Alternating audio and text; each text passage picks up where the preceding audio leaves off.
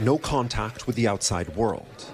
Crowded cells with bright lights on 24/7.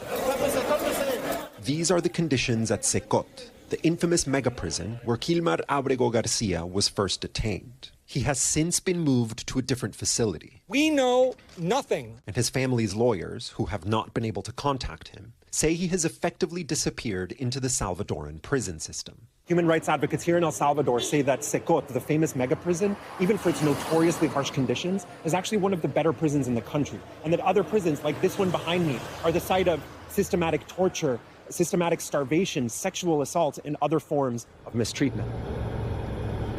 At this penitentiary in San Salvador, as in all others across the country, loved ones and lawyers have no way of contacting those inside. The people detained in the prison don't get a lot of basics like toilet paper, even the clothes that they wear. Their families have to come to this shop and buy it for them.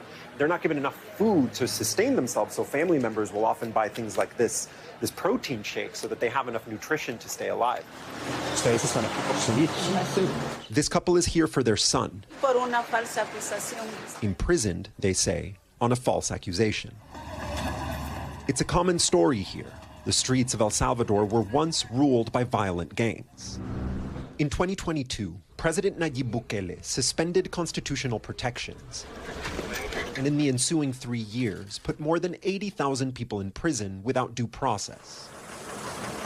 The streets are much safer. This restaurant owner says she can now run her business without fear of being threatened and extorted.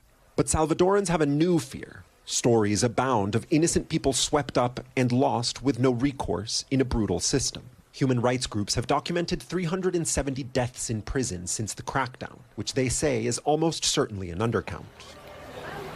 The government denied our request for access to various prisons, as well as our request for interviews. Bukele has acknowledged imprisoning some innocent people. Y estamos liberándolos. Ya hemos liberado 8,000 personas. But he says thousands have been freed so far, and eventually all will be released. But rights groups say many remain. And those who did get out have horror stories to tell. Para dormir en el piso, dormíamos como pan de caja. Victor Barahona, a local journalist, was arrested without explanation and spent close to a year in prison. Un campo de concentración. He tells me he spent months crammed in a small cell with 100 men. No mirábamos el sol. With no access to daylight and minimal food and water, he contracted skin infections and became delirious. A mis hijos que los amaba mucho. One day, convinced he'd die, he asked a younger man to tell his children he loved them. Discúlpame que recordar. It's painful, he says, to remember. Este era yo, mira. When he was finally released, he had aged dramatically and lost 80 pounds. Are you afraid of what might happen? He's one of few people willing to risk reprisals to tell his story. No tengo nada que perder. But it's a story, he says, that the world needs to hear. Tom, the legal battles surrounding these cases are continuing in the United States. And while those cases are momentous for U.S. politics, they haven't done anything to change the reality these men who are detained here in El Salvador are facing on the ground, which is that they remain completely cut off from any contact with their lawyers or their loved ones. And as you just saw, Tom, that is the case for anybody who has a loved one in prison in El Salvador. Tom?